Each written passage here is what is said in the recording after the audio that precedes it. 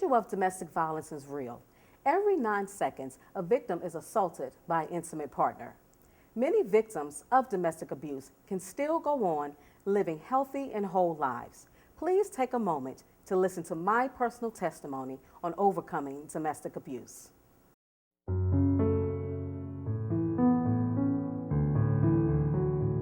In the beginning of the relationship, there was the courting, the dating, the buying nice gifts, everything that a girl would want in a relationship.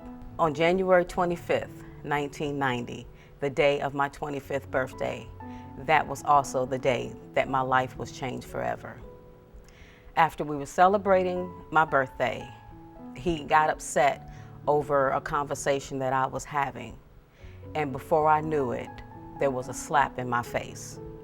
I did not understand where it was coming from, but in my fear, I ran upstairs in the closet crying, and I hid from him.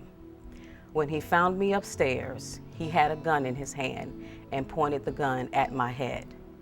As I was yelling and screaming for him to leave me alone and that I did not want to be killed, his family pulled him out of the room, and I ran out of the house and left the home. The next day, he called me, told me he was sorry. It was the honeymoon phase. I got gifts, apologies, saying that he would do better, saying that things would change. And while things did get better, I honestly thought that they did change until that second night, February 14th, Valentine's Day. We started arguing, and I was being pulled by my hair down the hallway in my apartment. Next thing I know, I was knocked out.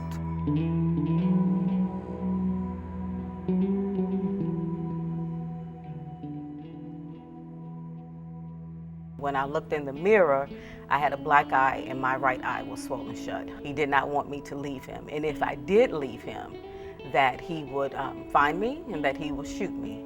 So that continued to play in my mind over and over again as to why I did not leave the relationship. I suffered in silence. My family didn't know, my friends didn't know, no one knew. So I felt alone because I did not want to tell anyone because of the shame and embarrassment and just the fear that went along with it and the guilt that I allowed myself to become a part of something like this. The last incident of the physical abuse, it was one Sunday morning. He had came over to the apartment and we had started arguing again.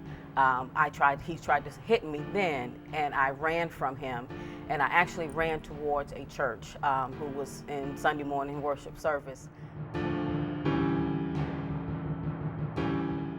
I just sat on the steps and I just started crying. I just could not stop crying because I wanted to leave. I was afraid to leave. I looked up and there was a police officer in a squad car that drove by, and he asked if I was okay. He clearly saw that I was not okay. And at that time, he had pulled up and was trying to get me to get back into the car. And when the officer got out of the car, he looked inside of his car and noticed that there was a gun on the passenger side of his car. At that moment, he asked him to step out of the car. The officer pulled the gun out and showed the gun to me and basically told me point blank, if he was bold enough to bring this gun and confront me with it, then he will be bold enough to use it against me. And I don't know what it was about what he said, but it was like a light bulb clicked. Maybe it was something that I needed to hear because that was something that I was going through and suffering in silence. So after I left the relationship and after graduating from college, I moved back home for several years before moving to Charlotte. Once I moved to Charlotte, I was trying to find my place, and I was actually seeking God as to where he would want to use me in this new life here in Charlotte, North Carolina.